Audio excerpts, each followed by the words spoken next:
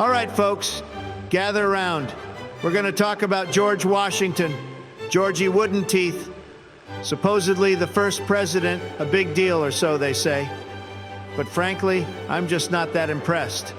He crossed the Delaware, woo-hoo, big whoop, or led the troop, but I've seen better. He's known for the cherry tree story.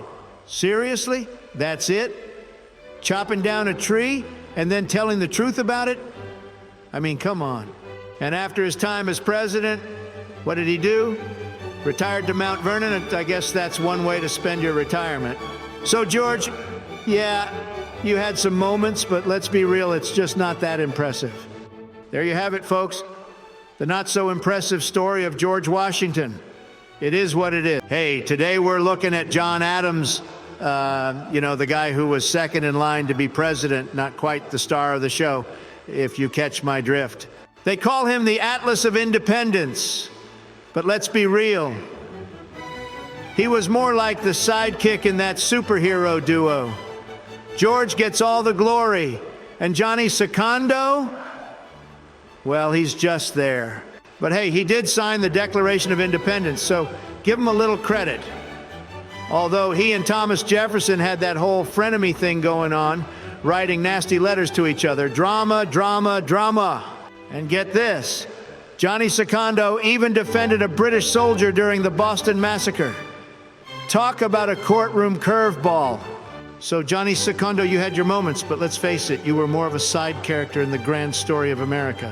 Hey, you're a great person. Tell me your favorite thing about me in the comments. All right, gather around, folks, because we're diving into Thomas Tommy Two-Face Jefferson. Yeah, the guy who wrote the Declaration of Independence, but also had a couple of saucy stories up his sleeve. So Tommy Two-Face, he preached all men are created equal. But guess what? He owned slaves. Talk about a double standard, am I right?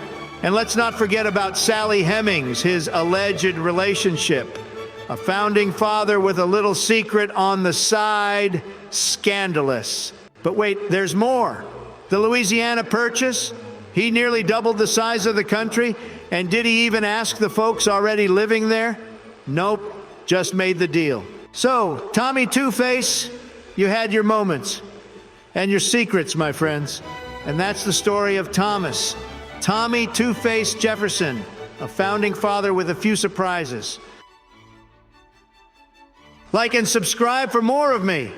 All right, ladies and gents, let's dive into James Little Jemmy Madison, the fourth president of the United States. Now, he may have been the shortest president, but boy, did he have his moments. Little Jemmy. He's known as the father of the Constitution. Impressive, right? But here's the twist. He struggled as a public speaker. Imagine that. The Constitution guy with stage fright. And then there's the British burning down the White House during his presidency. Oops, sorry, Jemmy. I guess you couldn't protect it. But wait, there's more. He's the only president to lead troops into battle while in office during the War of 1812. And that's the story of James Little Jemmy Madison, the pint-sized president with some big moments. Hey, you're a great person. Tell me your favorite thing about me in the comments. All right, James Jolly Jim Monroe, the fifth president. Let's get real. He had his moments, but they weren't all that impressive. He's known for the Monroe Doctrine, but honestly, who paid much attention to it? And those frilly shirts he rocked? Well, let's just say they were an interesting fashion statement. Now, here's the kicker. He was the last founding father to be president. Talk about fashionably late to the party, huh? But wait, there's more. The guy served as both Secretary of State and Secretary of War at the same time, juggling responsibilities, not necessarily in a good way. So, Jolly Jim, let's be honest, not the most remarkable president, but he had his quirks. That's the story of James Jolly Jim Monroe, a president with a unique sense of style and a knack for wearing multiple hats, whether we liked it or not. All right, let's shift gears to John Quincy. Quirky Q. Adams. the 6th President of the United States. You might say he had some big shoes to fill, being the son of John Adams, but did he really live up to the family name? Quirky Q, he's known for his intellect. But let's face it, he had a knack for getting tangled up in political messes. And then there's the whole swimming thing. He liked to go skinny dipping in the Potomac River. Talk about a unique way to unwind after a long day at the office. But wait, there's more. He was the first president to be photographed. And you know what they say? A picture is worth 1,000 words. So John Quincy, or should I say Quirky Q, he may not have been the flashiest president, but he had his quirks, my friends. And that's the story of John Quincy Quirky Q Adams, a president with an intellectual edge and a few eccentricities to boot. That's the tale of John Quincy Quirky Q Adams.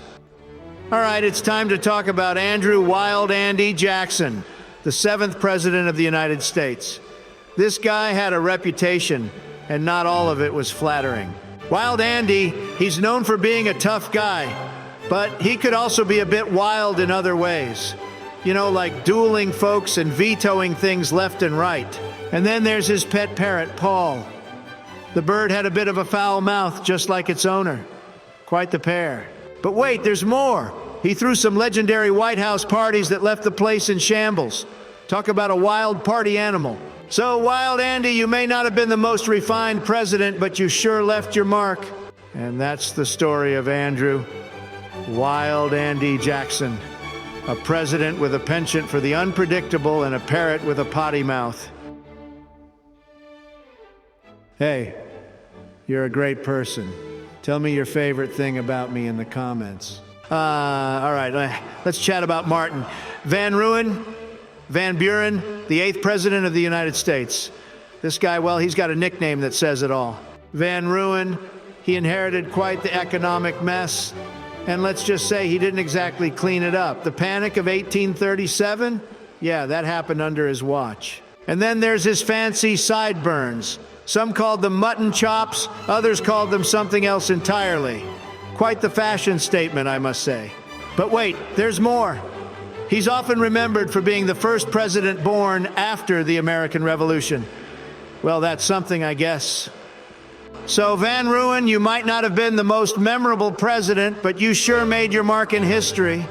And that's the story of Martin Van Ruin, a president with an economic downturn and some distinctive facial hair. Hey, you're a great person. Tell me your favorite thing about me in the comments. All right, let's talk about William One-Month Wonder Harrison, the 9th President of the United States. Yeah, you heard that right. One-Month Wonder. He's famous for, well, not much. He gave the longest inauguration speech in history and promptly caught a cold. Talk about bad luck. And then there's the whole thing about him not wearing a coat during his inauguration. I mean, who does that in the freezing cold? But wait, there's more. He was a war hero, but let's just say his presidential career was a bit of a letdown. So One-Month Wonder, you may not have had the longest run, but you left us with some memorable moments. And that's the story of William One-Month Wonder Harrison, a president who made history for his brief tenure. Hey, not much else to say. He was a heck of a guy. Hey. You're a great person. Tell me your favorite thing about me in the comments. All right, folks, get ready to talk about John Tippecanoe and Tyler Too Little Tyler, the 10th President of the United States. Yeah, he's known for that catchy campaign slogan, but was he really all that memorable? Tippecanoe and Tyler Too Little. He's famous for taking over after William Henry Harrison's one-month stint. And let's just say he had some big shoes to fill.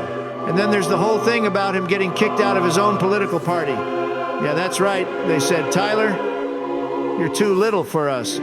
Don't worry, there's more. He's the only president in history to become a member of the Confederate House of Representatives. Talk about a twist in the tale. Too little, you may not have been the most memorable president, but you sure gave us some laughs along the way. And that's the story of John Tippecanoe and Tyler Too Little. Tyler, a president with a catchy campaign slogan and a knack for political twists and turns. All right, let's talk about James the Peculiar Polk, the 11th President of the United States. This guy, well, he had his quirks. and not all of them were endearing. Polk the Peculiar. He's known for expanding the U.S. territory like it was a yard sale. Texas, California, he just couldn't resist a good deal. And then there's the fact that he promised to serve only one term, like he was doing us a favor. Thanks, but don't strain yourself, Mr. President, even more. During his presidency, he led us into the Mexican-American War. I guess he was really eager to show off his leadership skills. So, Polk the Peculiar, you may not have been the most conventional president, but you sure left us scratching our heads. And that's the story of James Polk the Peculiar, a president with a knack for the unusual and a legacy that's, well, peculiar. Hey, you're a great person. Tell me your favorite thing about me in the comments.